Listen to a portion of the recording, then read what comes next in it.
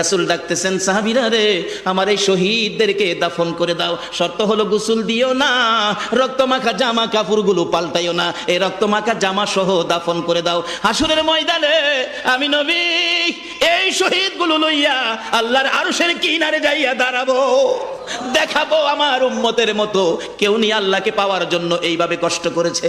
এবার দাফনের কাজ শুরু হলে কিতাব লেখে 69 জনের দাফন শেষ। 70-এর মাথায় আসওয়াদ দূরে পড়ে আছে। আমার নবী 2 কদম সামনে গিয়ে দেখে আসওয়াদ নতুন তরবারি হাতে চিত হয়ে পড়ে আছে, শহীদ হয়ে গেছে। আমার নবী ডাকে, রে আসওয়াদ, মদিনার হুর বিয়ে করতে পাঠাইছিলাম, মদিনার হুর বিয়ে করলি না, যুদ্ধের ময়দানে জীবন দিয়ে বিদায় হলে।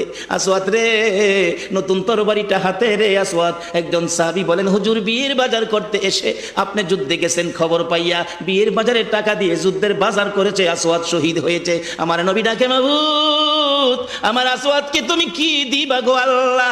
মদিনার হুর নিল না, রাসূলের পক্ষ নিয়ে জীবন দিয়ে দুনিয়ার থেকে বিদায় হলো, আমার আসওয়াদকে তুমি কি দিবা গো আল্লাহ? আসওয়াদের লাশটা ধরে ধরে কবরের দিকে নিয়ে আসতেছে। গোসল লাগবে না, কাফন লাগবে না, শুধু দাফন করে দিবে। আমার নবী আসওয়াদের কবরের পাশে দাঁড়াইয়া মুস্কি মুস্কি হাসতেছেন। সাহাবীরা আরজ করেন, ইয়া রাসূলুল্লাহ, এই কবরের পাশে হাসতেছেন কেন, ব্যাপার কি? আমার নবী বলেন, সাহাবীরা রে, আমি যা দেখি তোমরা তা দেখো না রে। সাহাবীরা, হুজুর কি দেখে হাসছেন জানতে চাই।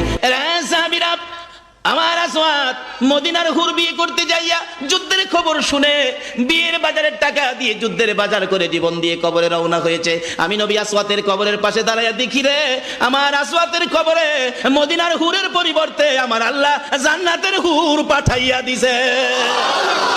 এমন একটা বাজার যদি আমাদের জীবনে হয়ে যায়, আমরা করতে পারি, বলুন আমাদের লাভ হবে না লস হবে?